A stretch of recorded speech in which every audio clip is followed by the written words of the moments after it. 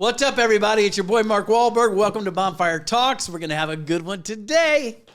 But I want to take a minute before we get into it. I have guests that I'll tell you about in a moment. Pretty excited to talk to them and catch up. We did most of the episode before we started rolling, so we'll have to do some of it again.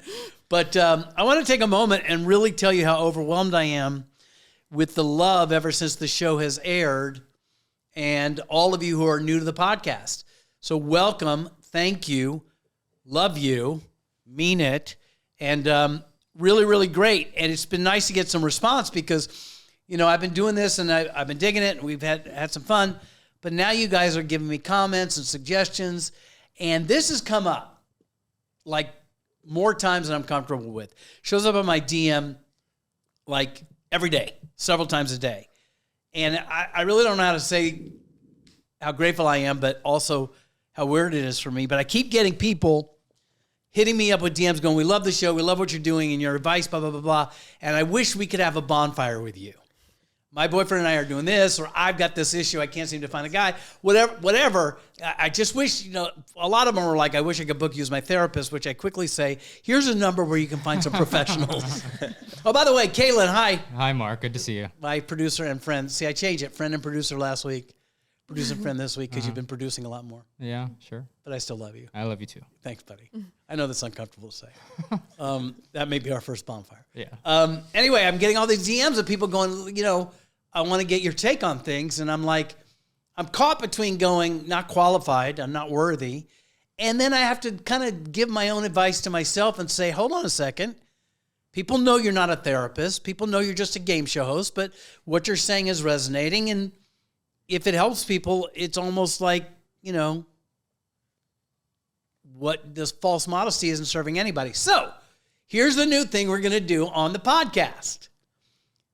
I need you guys, we're going to do these episodes called I Need a Bonfire. So if you're there and you're thinking, I watched the show, I wish I could talk to Mark about this, that, and the other, send us a video.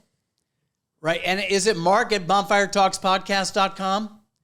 Let me double check. We should probably have gotten this shit together before I did it. But send us a video, you know, 30 seconds, a minute, 2 minutes, I don't care, of you telling me what's going on, give me some background, tell me what you're stuck on, tell me what you want my take on, and then we'll roll your video on the podcast, and I'll give you my take. And if you're close and we can figure it out, you might come in and we'll talk here. So, is that right? Yeah, so the email is BonfireTalksPodcast@gmail.com. So forget everything I said about the email. Forget that. It's Bonfire Talks Podcast. BonfireTalksPodcast@gmail.com. Yep, that's right. The other one will get you nothing. That's right. So I've sabotaged the whole thing already. Maybe that's something I need to talk about, or why do I get in the way of my own success? But, so anyway, if you got a burning desire, you want to talk to me, no subject's off, no topic is off base. I'm down. I'm flattered. And I'll give you my honest take on it. So send us your... I also just want to throw in there, you can send us a video message, and you don't need to give your full name. And if you don't want to be shown on the podcast, you can just indicate that in the email. We could just play the audio without showing you. Sure. If you don't care, we could do both. Sure. Or you could just write in a question too. So you can do... You can write in a question, but, you know, ideally, if you want to send a video and if you feel good about us putting you up there, but any way you want to slice it, we're down. And I'll give you my take. And it'll be worth exactly what you paid for it. Okay? So that's the pitch. You can also DM us on Instagram as well. Bonfire Talks Podcast. Bonfire Talks Podcast on Instagram. And the email again is BonfireTalksPodcast@gmail.com. That's right. Okay. I think we've covered that. Thank you, Caitlin. Thank you, Because Mark. I immediately gave the wrong information, so nobody will ever get a take. So, show's aired. It has been a hit thanks to you guys. And I've had some of the cast on the show. I'm really, really excited to introduce my guest today. One of the very few. Look, you got to get that this is my 9th season of doing this show. I started on Fox some time after World War II. When the troops were coming home and they really needed to talk about stuff and their girlfriends had left them. It was a whole thing, different vibe. And then we were off Fox, and then we went on USA Network for 5 seasons, and that was cool. And now we're on Netflix, whole new look, whole new level, and the response has been insane. And in all of those seasons, the point I was getting at, what we would call, I mean, I think all stories are success stories if you leave the island knowing something better about yourself. But the ones where people kind of make it to the end and they still love one another, I think that's kind of sick. So with us are Alexa and Lino. Hi, you guys. Hi. I adore you. I love your, like, look at you. You're all matching. You're like, We try. yeah, it's the best. How are you since this whole crazy shit has hit the fan? We're great. Yeah. Honestly, this was crazy having our whole entire relationship put on blast. But honestly, like it sounds cheesy. When we left you on the island and afterwards, our communication and just the way we talk to each other now and talk about our feelings has been so different. It's been really great. That's just like the response that makes my just whole insides glow. Mm-hmm. I mean, we went through something that 1% of couples in the world get to experience, not even 1%, right? Less than that, right? Yeah. And that's a crazy experience to have with each other. And the fact that we both did it together is, you can never replace that. Talk to me, Lino, about that communication, how that jumped up a notch and what you learned. And Yeah, I always thought our communication was pretty good going on to the island. I think that's what allowed us to stay loyal, trust in ourselves, and get through it. But coming home, I think it just leveled us up. We were no longer a single or a solo person. We're a unit now. So every decision, everything moving forward, we just think about it as a team, how it's going to propel us. You know, it's easy to stay focused when you're thinking about each other. You know, it's really great to hear. You guys look really happy. We are. And my wife, every time you come on screen, goes, "They're so pretty." Mostly you, Alexa. Lino's pretty too. He's had a little he's bit of glow adorable. up. Are The you fans kidding? love his new hair. So And, you know, I always think about, and I'm always concerned about this, that the people who choose to come on the show, it's a crazy choice. Mm-hmm. And I know it going in because I've been there. I think about that first episode when I say to you guys, do you have any rules?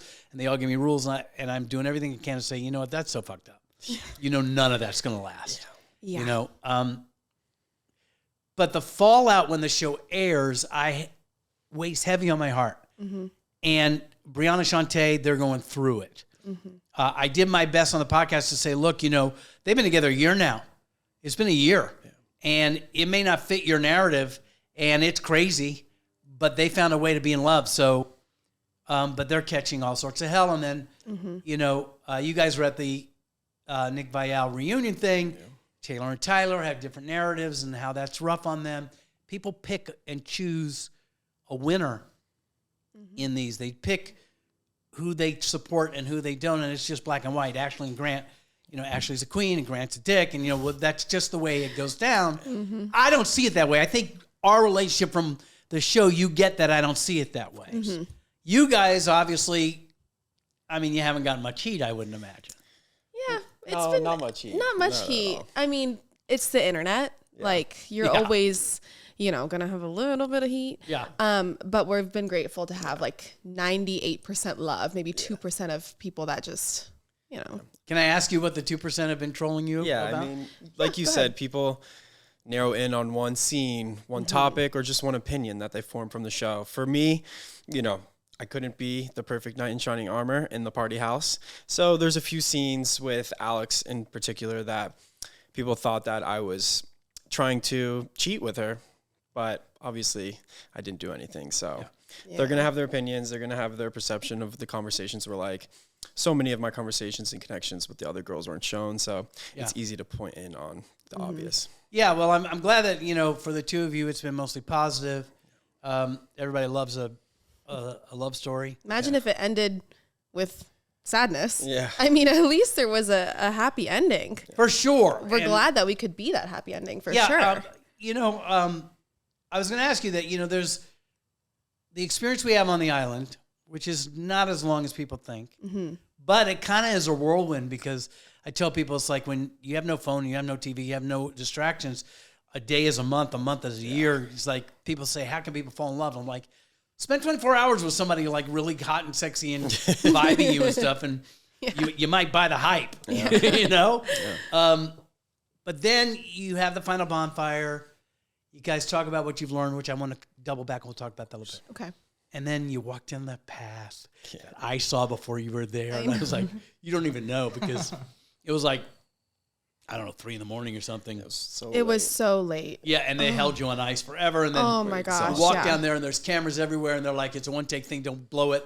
And I'm literally like looking through the bushes. Like, Wait, you were in the bushes? Yeah. I didn't even know you were in the bushes watching. Yeah, I was already in my shorts and my flip-flops and I'm like, I'm just like, trying to see it. But what I was going to ask you is, that's a great moment. Mm-hmm. Then the show airs and you see things that you couldn't have communicated. Anything come up and make you just cringe, Alexa? Anything you saw that was like, and then how did you guys deal with that? Yeah. There was, so remember the scene where the boys had like this paint party and they were all wearing white bikinis and the boys wearing white. Oh, the girls had to and the girls had to come on and just basically dry hump them. Yeah. When I saw that with Lino, I was like, wait, this happened? What is this? And it was honestly like humorous to me, because I know our ending and I know how loyal he was, and I know that probably never meant anything to him. But that was something where I was like kind of still sexy girls rubbing all over I'm like, that's my fiance, and there's girls like showering him and rubbing all over him. I'm like, that's news to me. I might have left that one out. Yeah, I was about to say. Play-by-play. In those hours when it's like, all right, so you guys are probably exhausted after the final bonfire. Then they put you in a hotel or something? Yeah. Yes. We talked all night. Yeah. We were in the car for an hour and a half first, talking. Yeah. We didn't sleep. In the hotel, talking. Didn't sleep that night, but we wrapped everything up and then kind of left everything in the past and went forward from there. Yeah. Let's go to what brought you to the island. Okay. So the haters will say, you had no problem. You just came to the island to be on TV and then get engaged. Yeah. Right. I don't say that. really care what the haters say, because I give the same answer every season. And I'll usually off camera say to the contestants, the participants, I'll say, why are you come here? And they'll give me an answer. We have problems with our relationship. We really think we need to work it out. And I go, yeah, I think you're here for clout and that. And I don't care. Either way, it's going to get real.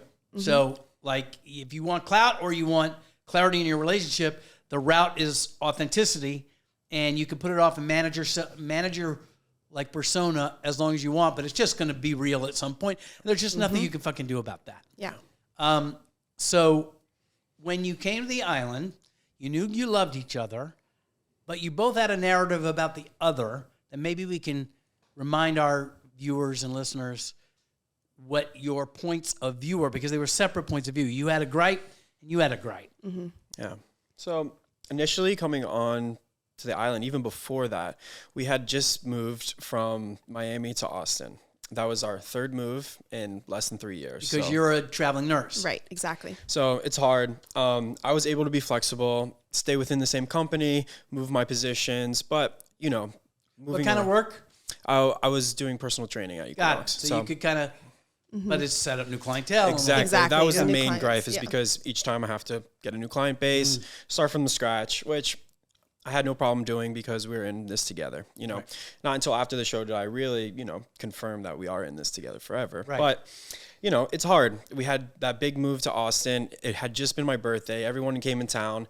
We were on this high from having all our friends around. And then the next week I was struggling, really finding my place there and just not happy with She's going to work and you're sitting in the apartment going, now what? Exactly. Yeah. So we I had a wasn't- very, very big fight. Yeah, a huge fight. And then the next week we get a DM from a recruiter. So we had never We heard you applied. had a fight because we bugged your apartment.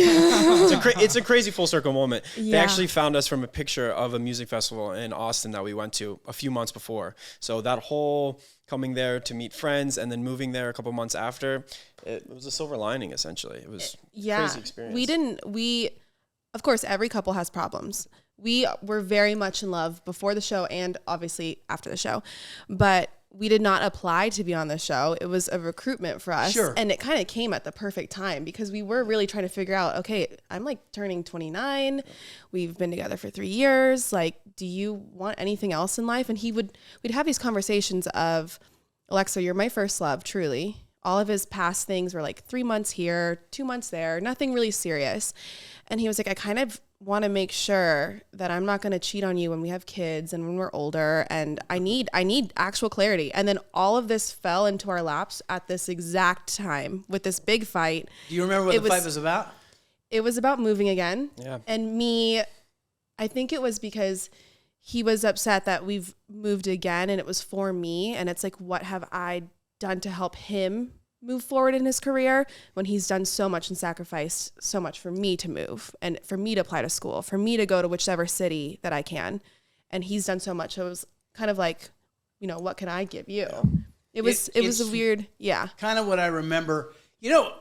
I say this on every podcast episode, but I don't think people realize how little background I have when we're talking. Yeah. So when we have these bonfires, which you see, I was saying this on another episode, that the pattern is, how you doing? Okay, let's take a look at the clip. Holy shit. How does that make you feel? And then I say something wise and we move on. Yeah. But that's not how it goes down at all. No. We really go for a long time. Yeah. And I just remember being struck by you, Lino, when I was trying to dig to see, all right, so what's the fucking problem? What's really going on? And for you, it seemed like this story that predates Alexa of not being first choice. And I think, if I remember correctly, there was a professional or athletic dream that kind of fell through with an injury. Yeah, it was soccer. Soccer. Yeah, I've had 6 knee surgeries on my left knee, basically ended my career. Had to pivot from there, and you always deal with those insecurities, those resentments. Who am I now? Yeah, identity crisis. Right. Everything. And so you kind of shared with us, I think it's accurate. If I'm not, it's been a minute. No, this is spot on. Yeah. very spot Yeah, on. you remember. My memory is that you were kind of resenting a little bit that this career of Alexa's, which is a labor and delivery nurse, could cry just looking at you. I'll tell you a crazy labor and delivery story with our first kid. Okay. It's insanity. Anyway, that's a great job, pays well, but it's a traveling job. It's itinerant. You go for a little while here, you go for a little while there, which naturally puts you in not the priority role. Of course. Which, and I hate gender stuff, but from a gender standpoint, traditionally, that's fucked up. It's hard to feel like you're the man when you're trying to grab some clients and contribute financially when you're rebuilding every time. Yeah. And so I feel like, is that accurate that that's sort of what you brought to the island? 100%. And it even predates that a little bit too, because in the beginning of our relationship, we did have a little rocky of a start. Sure. You were seeing 2 people. Yeah. And so, of course, another second choice scenario. Got it. Yeah. And, not having to move, it was my choice to move. And I loved every move that we've done. Yeah, but it's my choice to move and then still having a resentment about it.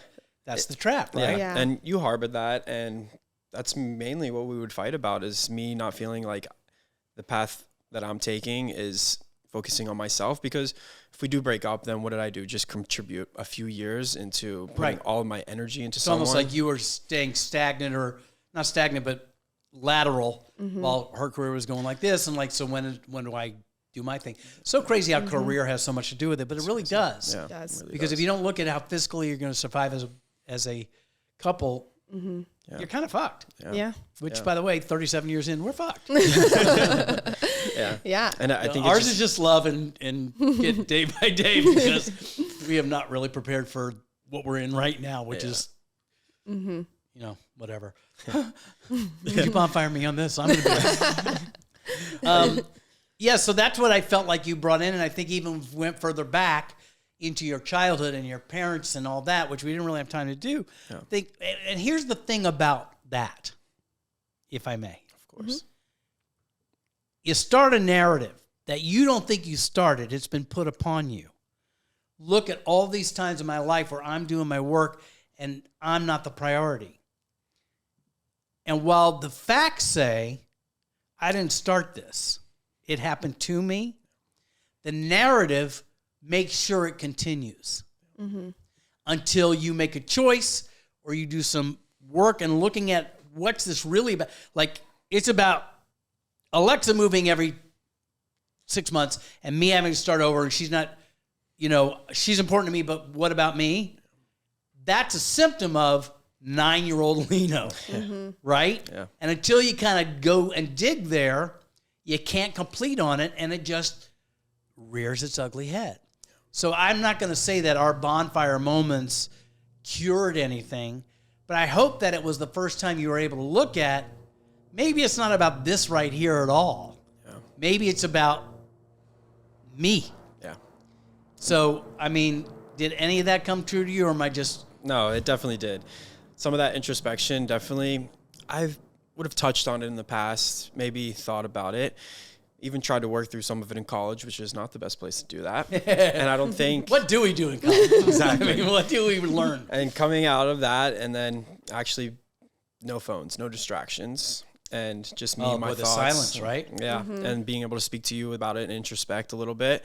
I think it's kind of where all the groundwork was really made. And then from there, and now my confidence, just our ability to be a team, and just, you know, leaving all of that in the past has been nothing but good. You've for us. said early here that you've got a new level of communication. I really think that's the battle. When you're feeling those feelings, the feelings will go away. Yeah. You're always going to feel at some point the same triggers. But when you can say them out loud to the person you love and they go, yeah, I got it. It's not about me, but I get it. Now over to you, Glamour Girl. You came to the island and you shared how upset you were that he kept bringing up this infidelity period, which I pointed out was very early, not particularly a great moment. You know, we're Yeah. not, you know, but it was very early in the relationship, and he's been just not letting you off the hook. Yeah. And how guilty you felt, which made you angry. And then we started digging a little bit more. Tell me about how that felt, and if anything kind of opened up for you. Yeah. So coming on, I had a lot of guilt, just this overlooming sense of guilt in my life. When we first got together, I actually went through therapy just to work on this guilt from my previous divorce. So it wasn't even from the beginning of Lino and I, it was from the divorce, because I got divorced at a young age, never really worked through it, and then jumped into my relationship with Lino. So never really time to address that. And then you add, you know, me exploring a little bit when we first started talking, then you add that guilt on top of the other guilt, and I didn't know what to do with all of that stuff. So I went to therapy for a little bit in the beginning of our relationship, but I don't know if I ever fully, got over all of it. You know, I graduated from therapy. Well, yeah, I'm, obviously a big advocate for professional help and therapy. I think it's great for everybody. But it's like a marriage, too. You got to find the therapist that really kind of gets there, or Right. you're just spinning your wheels. Yeah, it definitely helped, but I definitely had a lot of guilt still in our fights. And it was definitely something that was hard to go into the island with and like share to the world that I made these mistakes. But they were real problems that we had, real fights that, you know, I felt like he was using that over me. And then I'd be like, but I'm a different person. I've been choosing you every that's the single thing. day. Yeah. The reason I had this kind of conversation here as opposed to like, who hooked up that we don't know about or whatever, Yeah, I'm going to get a little into that. By the way. we'll do all of it. I mean, but I kind of want to see if there's things that we can take away from the experience, as crazy as it is, that other people can kind of hear. And I think what I'm hearing from you is that, like, that guilt also predates the marriage, right? All of that. And I remember us having a moment in the bonfire where I'm like, but what I was going to get to is the guilt, which is yours. And again, if his narrative is nobody puts me first, that we can blame on others, but it really isn't about others. The guilt that you feel that you can blame on Lino for putting this on you, the fuck, man, when are you ever going to get over this? It's been years now and you're still coming up with this. We point the fingers at each other when in fact the thing that the guilt or the second best predates any of that. Yeah. It's so like ingrained into our being to create the narrative that repeats our behavior over and over again until we go, wait a minute, I see it. And we don't ever fix it, but at least we put a pin in it. So that's what I was hoping our conversations would kind of lead to, is that, I remember saying to you, look, you've got a job that's all about I remember that bonfire. Yeah. I think I lost it when you said that. Yeah. And I think that actually aired was I told the girls I wasn't going to cry at this bonfire. I wasn't going to cry. And then you said something along the lines of like, Alexa, your job is taking care of others. And then I just lost it because I realized I don't think about my own feelings and I'm projecting them onto Lino because I'm so focused on caring about other people. And when you said that, I remember I just like lost it at that bonfire. I remember crying so hard that day. And it's always a tough thing for me because I don't ever want to make people cry. Yeah. And this is so stupid, but it's a TV show. Mm-hmm. But for me, it's not. Mm-hmm. And we do these bonfires, there's no script. Yep. And I'm kind of just so focused on you guys during the bonfires that I'm just searching like a dad or a brother or an uncle and like, where's the source of the pain and how do we, like, you're not going to fix it, but how do you unlock the door where the emotions happen? Mm-hmm. And I kept looking at you going, you're carrying this weight. Yeah. Like a backpack. Yep. Which, by the way, is a phrase that my wife has said to me. So there's nothing comes out of my mouth that's particularly smart. It's just all appropriating her. But I was struck by that, like especially when people work in service. Mm-hmm. Yeah. You put all of your energy into other people, and it feels healthy, and you feel good about it. Then you come home empty.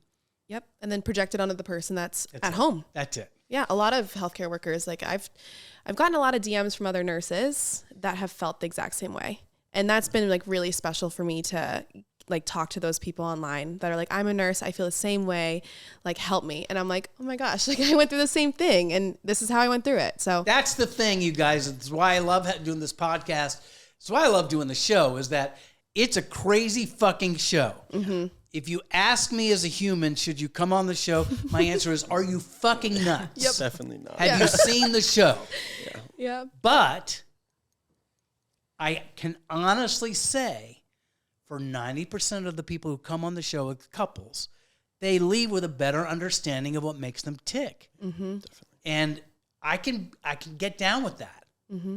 And even though I've become a caricature of myself and people like, they're like, how, he's just trying to turn, I get a lot of love, but then I also get, he's an evil genius. But that's never really Trying to stir the pot. My come from is, I don't know why the fuck you came here, but let's see what we can figure out. Yeah. That's why I'm constantly saying to you guys, it's not about her. It's not about him. More importantly, because we're physically apart, you have no choice but to look at only you. Yep. And you guys are really receptive. That was crazy. I would never recommend it to anybody either. But you get so much out of it. Like you said. It's hard. Yeah. It's the hardest experience of my life. If you go there and you're not together, you probably weren't meant for that person. And if you are, then you are. Yeah. Yeah. Yeah, Well but said. you still learn something about yourself no matter what. Yeah. Whatever your outcome is, you'll still learn something about yourself. Yeah, it's crazy. It has this crazy way of making you look inside of who you are. Yeah. Okay, so wedding plans? Yeah. Yes. Actually, further along than we thought we would be. So Really? We went to Italy in October. I've stalked on both your Instagram. Yeah. So we viewed a bunch of different venues, and then we locked in one for October 20th. In Italy? In Italy. Yeah. Yeah. We're getting married in Italy. So Kaylin, I got to tell you, I have to look at my 37-year marriage. I have to redo the proposal, and I have to do a honeymoon because we just come off of 6 months working on a cruise ship together. Oh my gosh. And then we got engaged before we got on the ship. Then we worked on this cruise ship for 6 months. We came off the ship July 23rd. We got married August 16th. We're like, what are we going to go to a tropical island? We've been doing that like every fucking week. Oh my gosh. But now I look back at all the things that I wish I had done differently. Well, I'm engaged too, and I just like to say I am jealous. That Italy destination sounds very nice. Right Where in about Italy? now. Sorrento. So yeah, a little backstory. It's the first trip, like big trip that we went on together. She came with my family. Mm-hmm. My family and I have been going back and forth from Italy basically every year of my life since I was little. I'm a dual citizen, so it was really special for Alexa to go there and spend so much time that we always And spend. you know the area. Yeah. Yeah. Yeah. And We got a really beautiful villa over there, like overlooking Mount Vesuvius. Stop it. We're over so the coast. excited. Yeah, it's gonna be crazy. So you're going to do a destination wedding. Yep. Destination, yeah. So cool. Lots of planning. And coming up soon, or? October 2nd, 2026. 26, So we have Yeah. over. Well, that makes sense. And I'm in school again, and our life is crazy right now. So like it gives us a lot of time.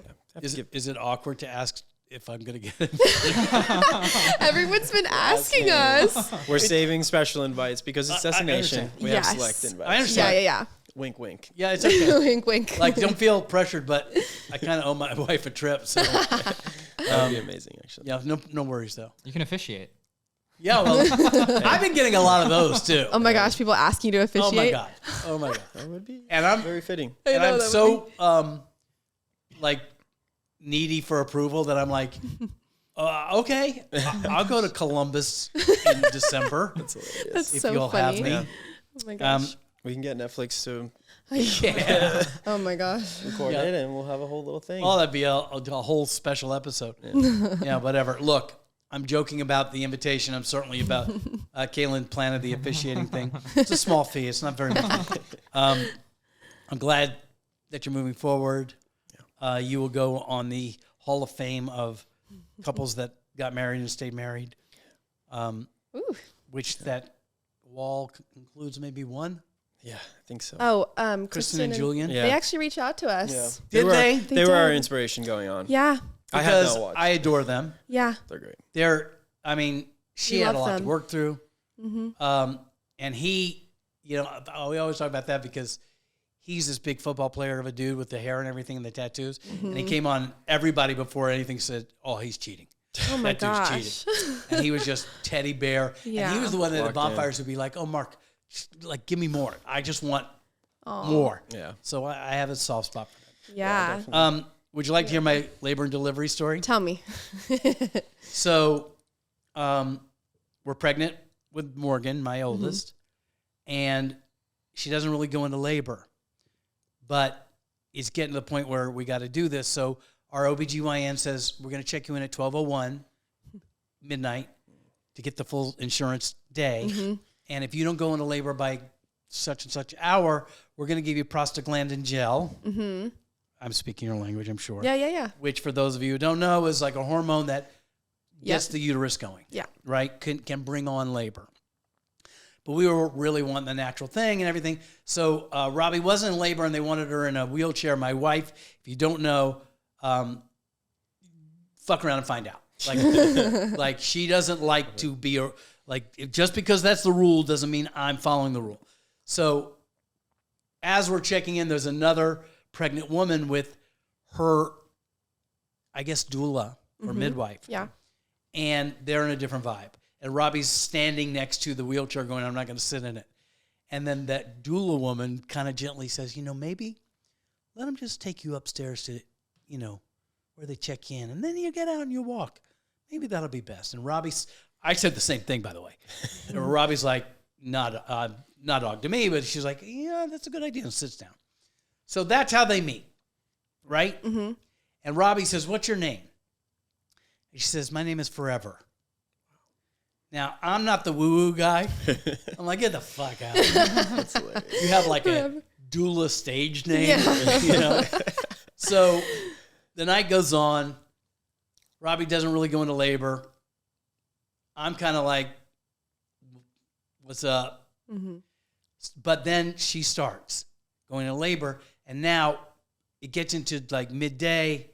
And like it's about 12:30 and she's like, it's going to happen, right? And so so I'm on one side of her, and our good friend who since passed away was the OBGYN. He's like, in the catcher's mitt area. Probably not the technical term. And then Robbie's like, I need an epidural, all this stuff is happening. And for those of you that haven't gone through the whole childbirth thing, it's a messy situation. It's very messy. So all of a sudden I look up, and across on the other leg is this woman who's vaguely familiar to me, but like, Oh my gosh. who the fuck? And then my doctor looks at me and says, who the fuck? Right? Not a nurse, not like part of the team. And he's like, I got to cut her, episiotomy. And this woman's like, maybe give us a second more. And my doctor's like, about to lose it. He's not a woo-woo guy. Yeah. And I'm like, I don't know, but let's just all be friends, right? Well, obviously, this is that doula forever. Just walks in the room. So now I say to Art, our doctor, I'm like, it's okay. She's with us. And Robbie and I it's just all a whirlwind. Yeah. And then everything happens, push. Baby comes out, wah, wah, wah. Oh my God. And we look up and she's gone. Oh my gosh. It's like an angel. She's like a speck of there. Like an angel just got sent in the lab. Right. So That's we crazy. to this day are like, who are you? was she really there? Was that an out-of-body Oh my experience? God. Yeah, it was this thing where all of a sudden, I never saw her walk in. Yeah, she's... And I just saw a hand wiping my wife's brow and kind of cleaning up the area. Then the baby, and then push and all the stuff. Like, I make eye contact, we're in it. And I'm like, I don't know who you are, but so glad to have the help. The baby's born. They immediately put her on. I'm like, oh my God. And I look up to say thank you. Gone. That's wild. Never to be seen again. Whoa. The woman who she came in with, we later met. And for the first few years, the kids like mommy and me a little. So she was a real person. Yeah. Okay. But my take on it was she's a doula. She came here to do a baby. Her girl wasn't given her one. She's wandered in the hall going, I'm birthing this one. Oh my God. Right? Could you imagine being an L&D nurse? That's crazy. And some stranger wanders in and just takes over? Yeah, that would be crazy. Happens to her all the time, actually. Does that happen a lot? She has lots of doula stories. I do have a lot of doula stories. Like I have a lot. doulas? I mean, I have a lot of and bad. crazy stories. I delivered a baby in the elevator once, and the door just kept closing. And I'm like, we need to keep this door open. We need the lady on the floor. You know, they say that like spontaneous birth yeah. is usually without complication. Yeah. So when Normally. it's happening like that, like my buddy Kenny Campbell, Or in the car. who was an actor you've seen in Groundhog Day and Armageddon and stuff like that. Yeah. But he literally was like, we got to go to the hospital, and he's driving his Toyota, and it's like somebody's in the front seat and his wife's in the back seat, and he turns to see if she's okay and sees the crowning of the head. Yep. And they pull in a gas station. Yeah. Gas station. Yeah. I've done it in a car. Not like me giving birth in the car. I've delivered a baby in the car before too, in the passenger seat. I mean, I've always thought about those stories of like if you're on the airplane and someone's having a delivery, like I guess I would have to raise my hand. Here we go. Well, and can I tell you something with the Bradley and Lamaze and all the stuff that my wife put me through on the first child? I literally, if somebody was going to labor on the you could do it plane, too. I'd be like, I'm just a game show host, but I think I got this. I think I can do this. I love that. I think Clamp it, cut the cord. I'm gonna need some scissors. Yep. And I'm gonna maybe some dental floss and a scotch. Yeah, that's just for me. I don't know how I got off topic, but I thought you kind of enjoyed that story. Yeah. That's a Quick great story. before I let you go. Often is the case on the show that when you are in the house with the other guys and women, you bond. You're only family there. Quickly, what was your experience like watching Shantae go through what she was going through, watching Taylor go through what she was going through? Like in the moment when I was there? Yeah, like how much of your energy was focused on them? A lot of it. Yeah. Yeah. I felt like the four of us, we were like a unit. I mean, you saw every single time we came on the bonfire, we would hold hands. And you really did. All we have is each other. The only four girls that can go through this experience together were us, and like that understand each other and what we're going through. And it was hard for me. Of course, I was happy that Lino and I were doing okay, that we were discovering more about ourselves, but it was very painful to watch them. Every single time, like you see me in the beginning, when I just met Ashley, she started crying at the pool. I started crying immediately with her. When we see Taylor cry at Bonfire, we cry with her. I was there with Shantae. When she's crying, I'm crying too. So it was hard to... I was actually grateful to see Shantae cry. Yeah. Because the bonfire, she was like... Yeah. Stoic. And everyone processes their emotions different. I know, it's scary with the bonfire. There's all these lights on you. You hear the audio. You see, it's hard to feel something. And then when we would go back to our... villa afterwards, that's when she was like, okay, let me let it out. Yeah. You had a different situation where guys were acting out. Yeah. You're trying to hold the line. Was there ever a time where you were like wanting to say to them, what the fuck? In the beginning, I had a far different perception of what was going to happen. I thought all the guys were committed in it to win it and nothing was going to happen. Slowly, by day, that changed very quickly. Hour by hour. Hour by hour. Yeah. Scene by scene. It was, to me, sometimes isolating. I have a different perspective of why I want out of this whole situation. And a lot of times I did not want to partake in some of the activities, even some of the conversations that were going on. So I had to learn how to walk that line, but also support them because... So you weren't really pushing back on behavior, like you didn't really call anybody out. There's times where I did. You know, there was times where they would see a specific behavior at a bonfire clip of their girlfriends at the time, and I would say, you know, maybe they're saying this, maybe they don't mean that, maybe nothing did happen. Trying to be that, you know... Yeah, a little bit of hope. A little bit of hope, and because that's what I wanted as well, someone to be there for me. And after that, once they gave me their perspective, that's all I have to go off of. If I don't agree with their actions, it doesn't mean I'm not going to support them because I have to be there for them. But, you know. Are you guys close now? Do you keep in touch? Yeah, I keep in touch with pretty much all of them. Same with you? Yeah. We have a group chat. I'm glad to hear that. It's one of the things that I've seen over the years that, you know, relationships, even with the singles, you know, this thing has flaws as far as relationships and sustaining relationships. But I often say off camera to people who come on the show that there are relationships you're going to form, you don't even realize that are going to inform the rest of your life, or at least for a good portion of it. Yeah. I could talk to you guys forever, but you have a wedding to plan. Thanks so much for coming on. Thanks for having us. And being here in my humble little abode with Kaylin and me. Yeah. And, you know, as I say to everybody else, but for real, if there's anything I can ever do, email me at. Of course. Oh, kidding. Have another bonfire. No, I have a little codependence issue with you guys. Once you're on the show, I feel like you're kind of my family to some degree. So, of course, look, we've been through a lot together. Yeah. That was crazy. I mean, you know, when you look at it, I'm barely there, but I take it seriously. So, you know, I'm a DM away or an ambiguous email away or whatever. Anyway, so I wish you the best. Anything you want to say before we're done? I just want to say thank you to all the people that have been rooting for us and supporting us, and that I've gotten so many DMs of people saying I literally am crying right now, and people sending me pictures of their tears. And that to me is so crazy that people can feel our love through the screen. And so I appreciate those people, and I want to say thank you to them. Yeah. I want to thank everyone for the support too. And the nerves are a little bit less in this setting, so I appreciate talking to you here in the studio. I think about that all the time. I had Ashley on by Zoom, and I had Grant on by Zoom, and Brianna Shante actually. And I said, you know, I'm so excited. Like I'm so excited to see you. And then I realized in the moment, I'm a trigger. PTSD. Like it's not like you see me and go, oh, this is my guy. You're just like, oh fuck, what's he gonna do?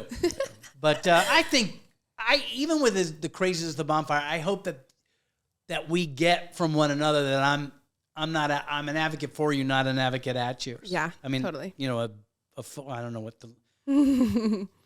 I hope you enjoy this episode. Lino, Alexa, I love you. All the best. I wish you all the years of happiness. Thank you. And no pressure on the invite to Italy, where I've only been once, and my wife wants to go back. And I'll even eat the veggie plate. Oh my God. So probably come up with a pretty good present, but whatever. Don't feel obligated. You know, it's completely chill. And Kaylin comes with us too, but whatever. It's just Italy. It's just whatever. I understand. Family's family. And for you guys, especially all you new subscribers, I can't tell you how much I love you for that. Thank you so much. I'll try to keep bringing stuff you want. If there's things you want more of, let me know. Things you want less of, don't tell me because it hurts my feelings. And again, if you feel like you need a bonfire, Bonfire Talks Podcast at gmail.com. Recently ingrained into my brain. It's a cognitive test for me. And that's it. Kaylin, anything else? No, that's it. All right. Hey, thanks for watching. Thanks for listening. See you next week with some more stuff. And again, still searching for a signature sign-off. So that's it.